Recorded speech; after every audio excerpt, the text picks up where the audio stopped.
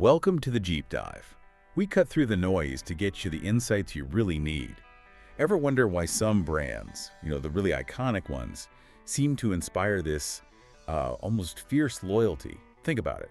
Why would a company like Ducati fire its chief marketing officer and hire a tribe shaman? Seriously. Or how does some motorcycle fan end up writing a front-page article about Ducati completely unpaid? It's pretty wild when you think about it that way. Right. Or Nike.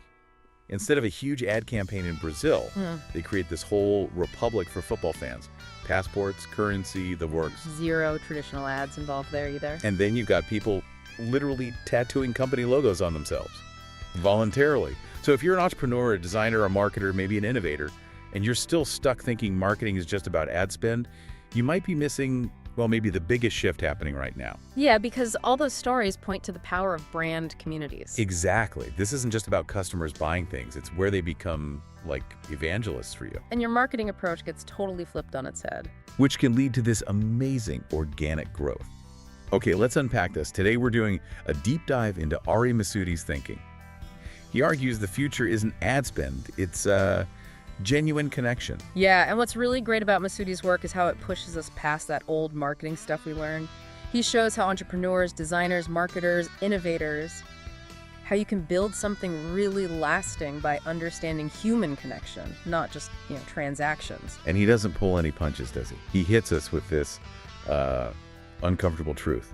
Yeah. The old marketing playbook. It's dead. And you're probably still using it. Ouch. But think about it. Ad blockers, people are skeptical. There's just so much noise. That old push marketing, that one-way broadcast, it just doesn't land anymore. This is like trying to fill a bucket with holes, right? Money just leaks out. He's spot on. And Masudi says the biggest mistake people make, especially entrepreneurs, is treating these potential communities like old school markets. Slicing up demographics, hunting for opinion leaders, pushing products. Yeah. He has this great analogy. It's like bringing a calculator to a poetry reading. Huh. I love that. You've got tools, sure, but you're completely missing the point of why people are even there, the connection. That really nails it, because communities aren't really about your product, are they? Not fundamental. They're about the connections between the people who just happen to like your product. Why is that difference so key? Well, Masudi would argue it's everything. Traditional marketing is often about the sale, the transaction, maybe a quick interaction, building a community. That's about relationships, right. Long term. And those relationships build on each other. Exactly. They compound. Your members become your advocates, doing the marketing for you. It's sustainable growth versus constantly pouring money into expensive acquisition. Okay, this is a big mental shift. If you buy into that, where do you start? Masudi's first step, become a community detective. And he's really clear. This isn't market research. Right, he calls it anthropology. What's the difference in practice? It means going way beyond surveys. You have to observe, maybe even participate, listen to how they talk, understand their world from their perspective, like an anthropologist studying a culture. So like Ducati did. Precisely. When Ducati looked closely, they didn't just see customers, they found tribes. Tribes. Yeah, people with shared rituals, their own language, almost a spiritual thing around the brand and each other. Ducati realized, okay, our job isn't just selling bikes, it's making those bonds between them stronger. So for you listening, that detective work means finding existing communities. Maybe around your brand, maybe somewhere related. And look for the internal dynamics. Who are the unofficial leaders? What's their shared language, their rituals, their values, those subtle things? Where do they connect already? Online, offline? Yeah, find those connection points. Understand the social fabric that's already there. And Masudi has this pro tip too. Don't just look at direct competitors. Yeah, that's a big one.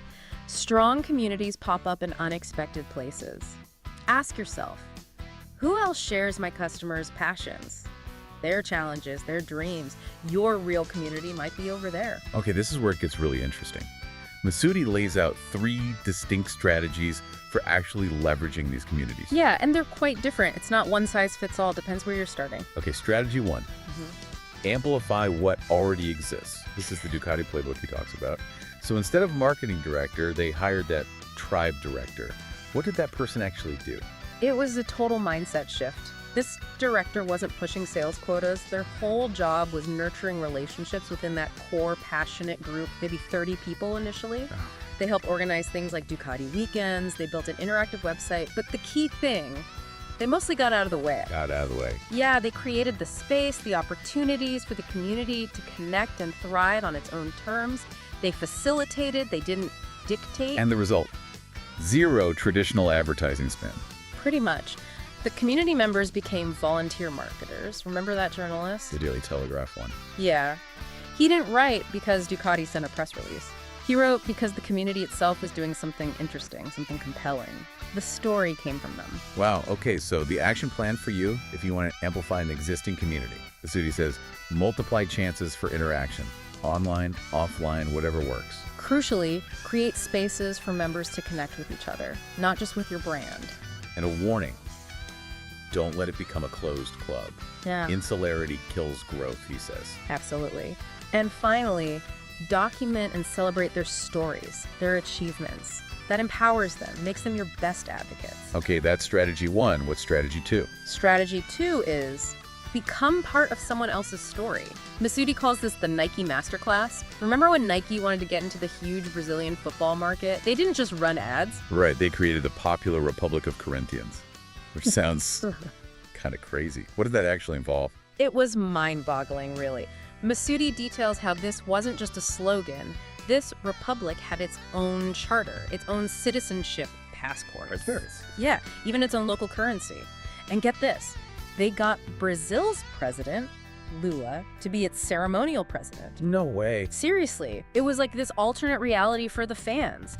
Nike didn't just barge in selling shoes, they deeply understood Corinthians fans weren't just fans, they were part of this passionate tribe with its own identity, rituals, history. So Nike essentially joined their community. Exactly, they integrated culturally. So the blueprint here, if you want to try this, Masuti says first, find communities that genuinely align with your brand's values. Don't force it. Then really dive deep. Study their codes, language, rituals, become fluent in their culture. And then co-design experiences with them, not just for them. Yes, and this is key. Skip the traditional ad campaigns. They'll smell fake a mile away in an established community like that. Focus on collaboration, not conversion. Become a member first. You got it. You're joining their story. Okay, that leaves strategy 3. Strategy 3. Start a movement, not a business. The Tough Mudder phenomenon. Right. Before they even sold tickets to a race, what did they build first? They built a movement, a philosophy around overcoming obstacles but doing it together. It wasn't just about the mud pits. Not at all. The genius was in the details that built that shared identity. Like the Mudder Oath. Everyone recites it together before the start. Instant belonging. Or Headband Monday. Yeah, people posting photos of their headbands every Monday. It's a ritual. And the actual event forces connection. You literally have to help each other over walls. That physical bonding is powerful. Super powerful. And the ultimate sign, people getting the logo tattooed voluntarily. That's commitment. That's beyond customer loyalty. That's being part of something. So the framework here, if you're starting from scratch, Masuti says, define your social movement, your philosophy before your business model. Find those first 10, 20 passionate believers and build with them. Let them shape it. Design regular rituals, shared experiences, create meaningful symbols like the headbands. Make that community connection central to what you offer, not just a nice to have. And capture those early stories. Celebrate them. They become your founding myths. Exactly. They build the legend. Okay, so we have the 3 powerful strategies. But let's talk brass tacks. What does this all mean for the bottom line? For the entrepreneurs, marketers, designers listening? Masuti brings the data, and it's pretty compelling. It shows communities don't just feel good, they deliver real business results. Like what? Well, customer acquisition costs. Through communities, they can be 5 to 25 times lower than traditional methods. 5 to 25 times. Wow. Yeah. And brands driven by communities see, on average, 4 times higher customer lifetime value. 4 times, okay. Organic reach within these communities. 8 times higher than typical social media ads. And word-of-mouth conversion rates. We're talking 30 to 50% compared to maybe 2 or 3% from traditional ads. That's a massive difference. It's a completely different game. And here's the real kicker, right? Masuti says communities compound. That's the magic. Each new member doesn't just add one, they potentially bring their network. It creates exponential growth, not linear, a flywheel effect. It becomes a self-sustaining engine for your brand. But it's not all smooth sailing. Even strong communities can stumble.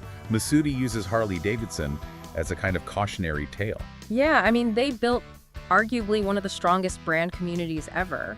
But the risk now is that it's become maybe too strong, too insular. How so? It's aging, and new writers sometimes feel like outsiders. The very identity that made it strong can become a barrier to bringing new people in. So you can mess this up. What are the big mistakes Masudi warns against? The community killers. He lists a few common ones. Overmanaging it is one. Treating organic chat like corporate PR. Right, killing the vibe. Exactly. Yeah. Then there's product-first thinking, always pushing sales instead of fostering connections. People see through that. Okay. Exclusive insularity, like we just discussed with Harley potentially. Right. Creating walls instead of welcome mats. Right. Ignoring subgroups, treating everyone the same when communities are diverse. And maybe the biggest one for businesses, obsession with traditional metrics. Trying to measure relationships with spreadsheets. Pretty much. Counting impressions instead of impact, instead of actual connection.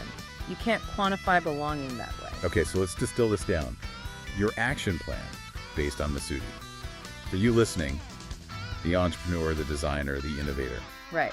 If you're leveraging an existing community, strategy one, do that deep dive ethnographic research, understand the codes, find the real connectors, not just the noisy influencers. Your main job is to add value to their connections with each other. Then step back, facilitate, don't dominate. Okay. And if you're co-opting, joining someone else's community, strategy 2. Spend serious time just listening and understanding their culture first.